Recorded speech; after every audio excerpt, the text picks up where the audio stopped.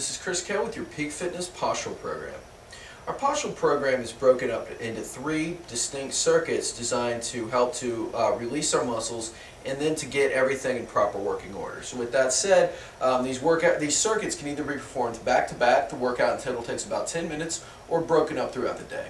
So for our first circuit, you're going to need a tennis or a lacrosse ball for some self-massage. And what self-massage is simply rolling lesions and kind of knots that have formed along the muscle as a result of things like sitting forward the computer and just poor posture during the day. So with that said, our first exercise is simply rolling the feet. All right. So I've got a tennis ball here.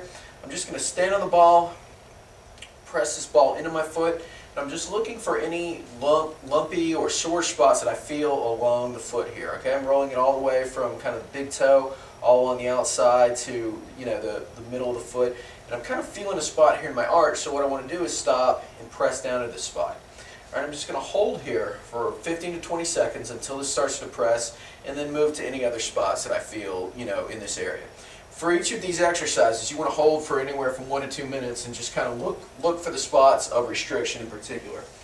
For our next exercise, I'm going to focus on my calves here. So starting at the base of starting at kind of my heel here, my Achilles tendon, I'm going to work my way up the foot or up the back of my calf here, and I'm just looking for tighter sore spots. You can roll up the middle here all the way up to right behind the knee. Turn the foot out to hit kind of what the lateral structures of the calf. You can go all the way to the shin bone, just kind of looking for spots of restriction, and then you can turn in and focus on the inner calf. And for runners or people that shift their weight excessively onto one side, for people that pronate, for example, you're going to find more spots in your inner foot. Usually men will find them more on the outside because we see their feet turning on a lot. So wherever you feel that spot of restriction or painful lumps or just anything abnormal, stop, press down on it, and work it out. Okay, for our last exercise for our lower body, I'm going to take the ball and I'm going to sit on the ball. All right, what I want to do here is cross the leg that I'm sitting on, cross the leg over my other foot here, or I'm sorry, over my knee, and just kind of shift my weight onto this outside butt cheek here. Right, what I'm looking for, just spots of restriction, and this is really going to feel painful, but I'm looking for just the greatest spot of restriction. When I find that spot, I'm just going to let the ball sink in. Right, it's not going to feel the best, but just gradually, I'm just kind of letting the ball sink in more and more. I'm breathing deep. I'm trying to just tell my muscle to release. I'm just relaxing over this, and again, I'm holding the spot until it starts to press, and I'm moving to the next spot. Same thing, just letting it release. And again, you'll find the spots of particular restriction that you really need to work on. Now for our last self-massage exercise, I'm going to take the ball and place it under the back of my armpit here. So like right about here. And we're looking for our posterior rotator cuff here. Well, oftentimes for people that sit at a desk, this is an area that gets knotted up and causes shoulder pain. So what I'm doing is I'm just rolling all along this area until I find a spot that really feels tingly. Again, this might even refer some tingles or some pain down the arm. That's okay. That is the spot that you want to focus on. I found that spot, so what I'm doing now is I'm just letting the ball sink in, and at the same time, I'm just moving my arm in and out of internal and external rotation. All right, that's kind of working on just mobilizing the muscle, releasing that spot, and I'm just working on this until it releases. And if you find that out of all of these spots, one area in particular is knotted up, spend a couple extra minutes on that area. That's kind of your your spot that you really want to work on, and that's something that you can do on a daily basis to really improve your pain, and clear up any performance or injury-related issues that you have. Now from here, and that would be our first circuit. So you want to perform each of those exercises for 1 to 3 minutes. I generally find that is the first thing that I want to do. That's something I would perform maybe in the morning as I wake up, or just as a warm-up before a workout. So for our next circuit, we're starting out with an exercise called a wall slide. And this is a really great exercise for mobilizing the upper back. And what I'm doing here is just placing my back against the wall. I'm pressing my back into the wall, and I'm feeling my abs tight. From here, what I want to do is take my arms, and just slide my elbows up and down the wall. Okay, what I'm trying to do is just keep my back pressed into the wall and come up to the spot to where my arms start to come off the wall. Okay, that's kind of my spot of restriction. Taking a deep breath at the top and coming back down. All right, I'm just sliding up and down, and I just want to pause at the spot that again, I'm starting to become restricted. With each motion, try to push up a little bit more into the range of motion. So I'm trying to get a little higher with each push until I can get my arms all the way overhead. Again, with this, you can go up to 15 or 20 reps or 1 minute in this position. All right, and the main cue here, keep the back pressed into the wall the whole time. You can walk the feet out to make it easier. That'll give you a little bit of leverage in pressing into the wall. You can walk the feet in to make it a little bit harder. That comes kind of after we've mobilized for a while. So our next exercise is what's called a box hip flexor stretch. All right, for the box hip flexor stretch, I'm simply going to place my back foot on a box here. I have my knee on a pad. I'll actually change feet here so you can see me. But what I want to do is I'm coming into a tall position here. I'm really tightening my abs and the butt cheek of the back leg. I'm leaning forward until I feel a stretch here in the hip flexor, pausing for 1 or 2 seconds, and I'm coming back. Again, with each rep here, I'm just trying to lean in. I'm just trying to come a little bit more into the stretch, trying to gain a little bit of range of motion with each one. The other thing that you'll notice is that I've got my toe of the back leg here flexed up. Right, that's very important, and I really want you to focus on that. So really make sure that you stay, this back toe here is extended as opposed to being flat on the box here. So I'm going to lean forward, pause, hold, and come back. And again, this can be performed for anywhere from 15 to 20 reps or just held in a stretch for 1 minute at a time. All right? So for our third exercise, we have what is called an ankle drive. Right? For the ankle drive, I'm just going to set up. I'll demonstrate this in 2 positions here so you can see me, but what I would do is set up against the wall here, and I want to drive my knee of the front leg over my small toes here. What we're trying to do is kind of mobilize the ankle, get a little bit of mobility. This is an essential exercise for anybody that wears heels, ladies. So I want to press my knee just over my small toes here until I feel a stretch in the front, the back of the ankle here, and I'm coming back. You'll kind of find the end range of motion here when the heel starts to come off the ground. I want you to come to that, but don't let that happen. When you get there, just stop, press, and come back together.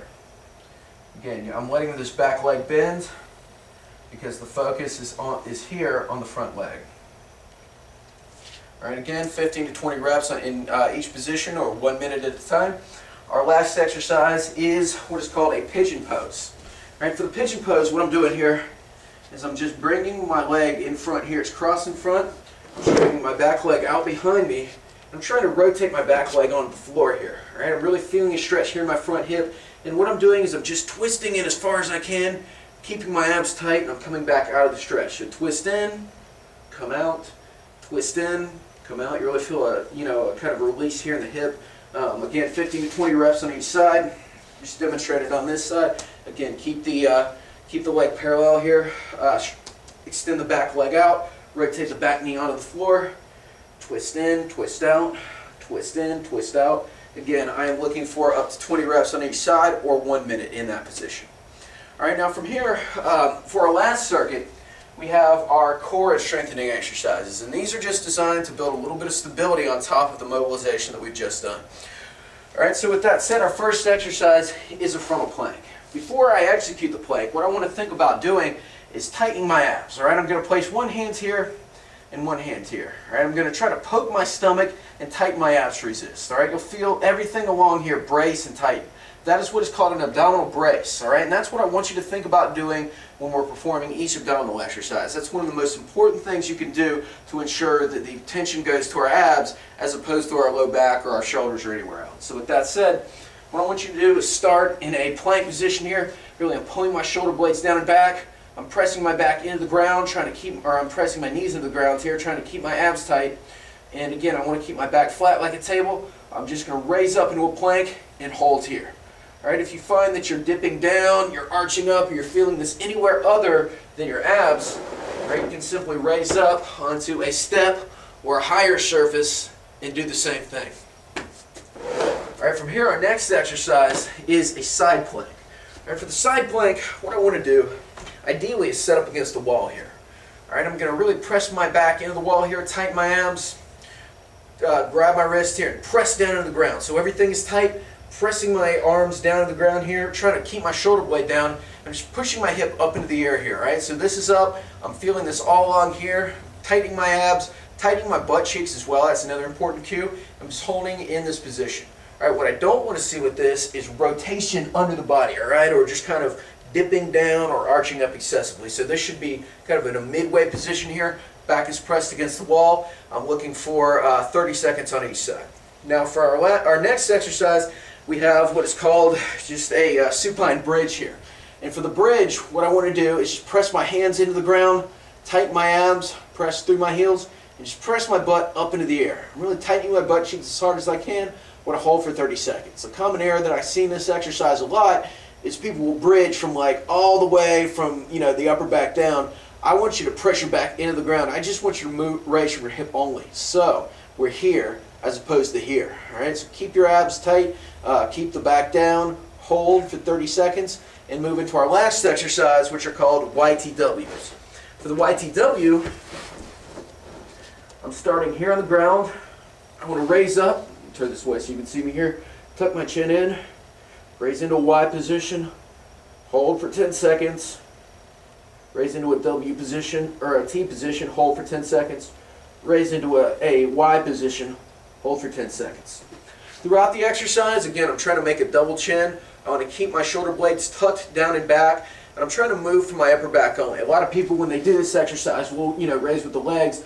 I want to keep my legs down. I just want you to move from your upper back. So raise up, slightly off the ground. All the tension should be above the bra line, and that's pretty much it. I want you to perform that for 3 sets of 30 seconds each for each exercise, and that would be your last circuit. So again, that seems like a lot, but when it's performed back to back, it takes about 10 minutes. You can break it up throughout the day. You can do your mobility exercises at the office when you have a break, whatever it may be, but just perform this on a daily basis or as close as possible when you really improve your posture and get things going on in the first phase.